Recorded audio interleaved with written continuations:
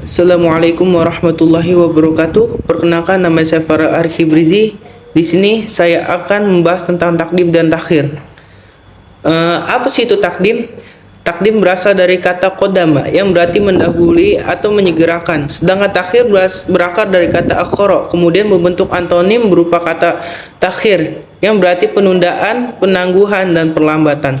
Takdim dan takhir yang dimaksudkan dalam kaidah ini adalah mendahulukan atau mengakhirkan satu lafaz atau ayat yang satu dari satu lafaz atau ayat yang lain, atau memposisikan juga suatu lafaz sebelum posisinya asli atau sesudahnya untuk memperlihatkan kekhususan, keutamaan, dan urgensi dari lafaz tersebut. Dengan begitu dapat disimpulkan bahwa kaidah takdim dan takhir adalah suatu dasar atau patokan untuk mengetahui keadaan suatu lafaz atau ayat yang didahulukan atau diakhirkan dengan bertujuan untuk menyikapi rahasia, kekhususan, dan keutamaan dari suatu lafaz maupun ayat sesuai maksud dan tujuannya.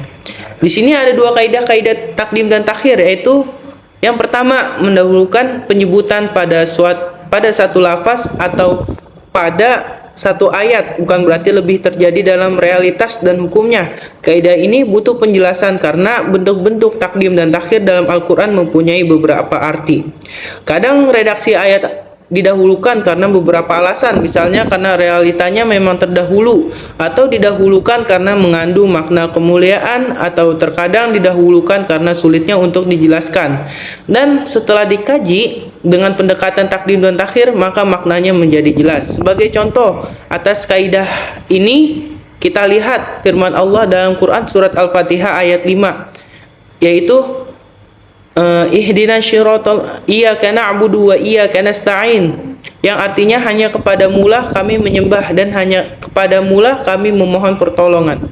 Coba kita amati ayat berikut ini. Karena lafaz iyyaka na'budu lebih didahulukan daripada iyyaka nasta'in, dalam hal ini bisa mengetahui maknanya secara jelas dengan menggunakan kaidah-kaidah ini.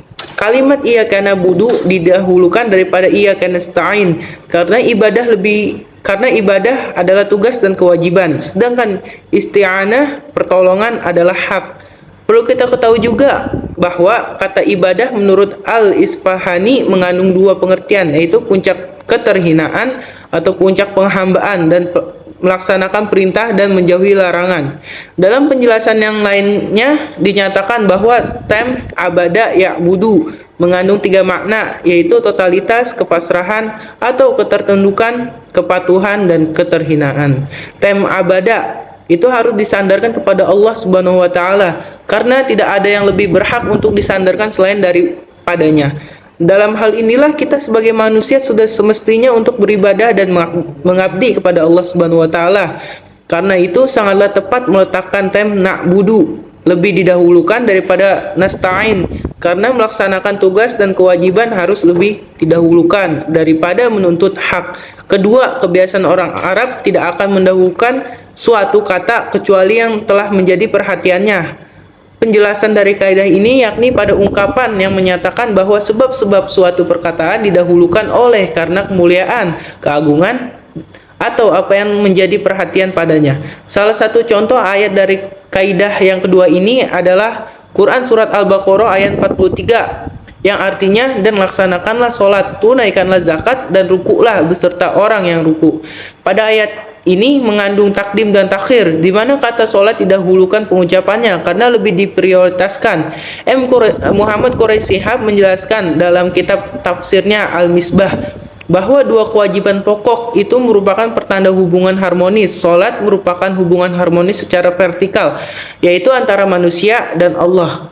Dan zakat merupakan hubungan harmonis secara horizontal, yaitu hubungan sesama manusia. Keduanya sama-sama penting, tetapi sholat tentunya lebih yang didahulukan. Nah, kedua kaidah ini jika dikaitkan dengan Al-Quran, maka dapat dipahami bahwa keharmonisan dan keteraturan yang timbul dalam kata-kata dan susunan kalimat dalam Al-Quran selalu ada dalam setiap lafal dan ayatnya, baik didahulukan maupun yang diakhirkan.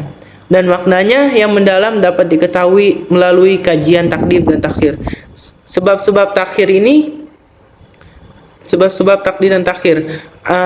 Selanjutnya, adapun sebab-sebab takdim dan takhir menurut Al-Alama Syamsul an Ibnu Al-Syaikh yang dijelaskan dalam kitabnya Al-Muqaddimah fi Sir Al-Fat Al-Muqaddamah sebagaimana yang dikemukakan oleh Al-Suyuti dalam Al-Itqan fi Ulumil Quran adalah yang pertama at-tabarruk seperti mendahulukan nama Allah pada hal-hal yang penting. Yang kedua at-ta'zim yakni kalimat yang mengandung keagungan.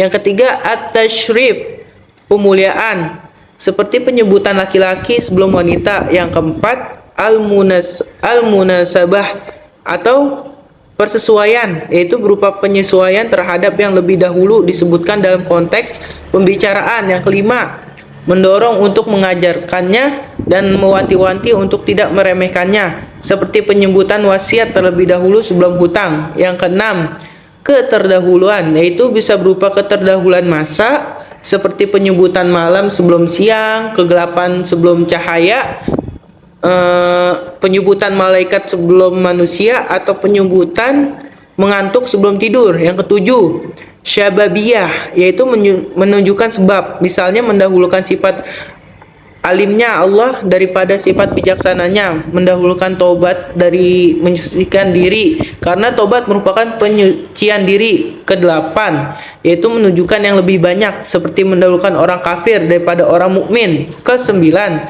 meninggikan, yaitu meninggikan dari yang lebih rendah kepada yang lebih tinggi. Kesepuluh, kerendah dari yang lebih tinggi kepada yang lebih rendah.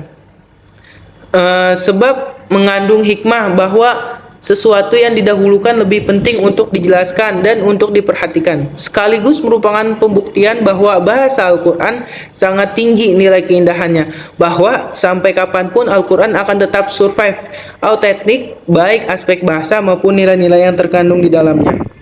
Baik, segitu saja yang dapat saya jelaskan, kurang lebihnya mohon maaf. Wassalamualaikum warahmatullahi wabarakatuh.